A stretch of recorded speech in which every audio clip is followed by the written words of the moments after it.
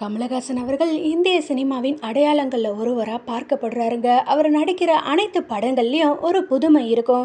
இதன் காரணமாகவே எல்லாருமே அவரை ரோல் மாடலாக எடுத்துக்கிறாங்க.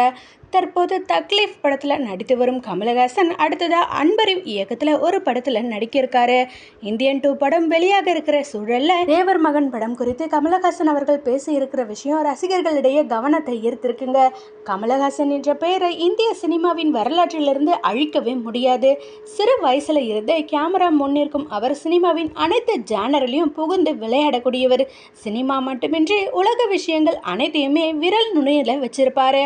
அறிவு வளர்வதற்கு கல்வி முக்கியம்தான், இருந்தாலும் பள்ளி கல்வி முடிக்காத ஒருவர் இவ்வளவு அறிவோடு இருக்கிறாரா என்று பலரும் கமலஹாசனை பார்த்து ஆச்சரியப்படுவாங்க. 233 படங்கள்ல நடித்திருக்கும் கமலஹாசன் அவர்கள் மக்கள் நீதி மையம் என்ற கட்சியையும் தொடங்கியிருக்காரு.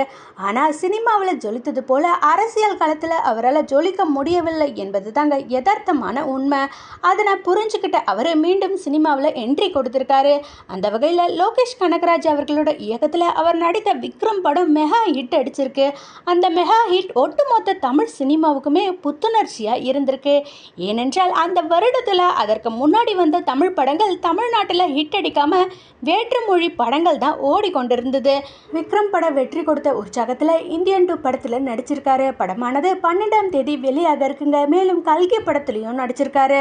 அடுத்ததா மணிரத்னம் அவர்களோட இயக்கத்தில் தக்லைஃப் படத்தில் நடிச்சு வராரு. அதனை அடுத்து அன்பரிவ் இயக்கத்தில் ஒரு படத்தில் நடிக்கிறாரு. இதை தவிர்த்து STR 48 சிவகார்த்திகேயன் நடிக்கும் அமரன் ஆகிய படங்களை தயாரிக்கவும் இருக்காரு. இப்படி ஆண்டவர் கமலஹாசன் மீண்டும் சினிமாவில் பிஸியா இருப்பதால அவரது ரசிகர்கள் மகிழ்ச்சியில இருக்காங்க. இதற்கிடையே கமலஹாசன் அவர்களோட கரியர்ல தேவர் மகன் படமும் முக்கியமா இருக்குங்க. இன்னைக்கு வரைக்குமே அந்த படம் பாராட்டையும் விமர்சனத்தையும் ஒரு சேர பெற்றிருக்கு.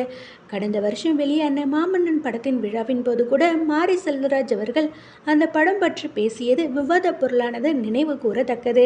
இந்த சூழல்ல அந்த படம் குறித்து கமலஹாசன் அவர்கள் இந்தியன் 2 மேடையில் பேசியிருக்காரு. அவர் தேவர் மகன் குறித்து பேசுகையில், தேவர் மகன் படம் எனக்கு முக்கியமானது. அந்த படத்தோட கதையை எழுதும் பொழுது சிவாஜியை தான் நினச்சிக்கிட்டேன், எனது சொந்த ஊரையும் நினச்சிக்கிட்டேன், என்னையும் நினச்சிக்கிட்டேன். தேவர் மகன் படத்தோட கதையை 7 நாளில் எழுதி முடிச்சேன்னு கூறியிருக்காரு. இதனை பார்த்த ரசிகர்கள், என்னது தேவர் மகன் என்ற கிளாசிக் படத்தை 7 நாளில் கமல் எழுதி முடிச்சுட்டாரான்னு வலைத்தளத்தில் ஆச்சரியத்தோடு கேட்டு வராங்க.